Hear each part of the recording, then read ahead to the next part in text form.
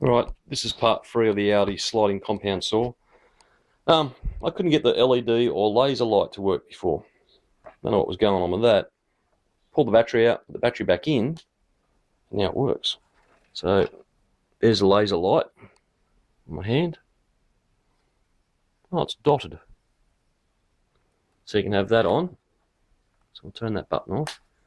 Or you can have an LED light, which lights up, which I think is quite a good setup when you're working late like I do sometimes. You think, oh, I can't really see.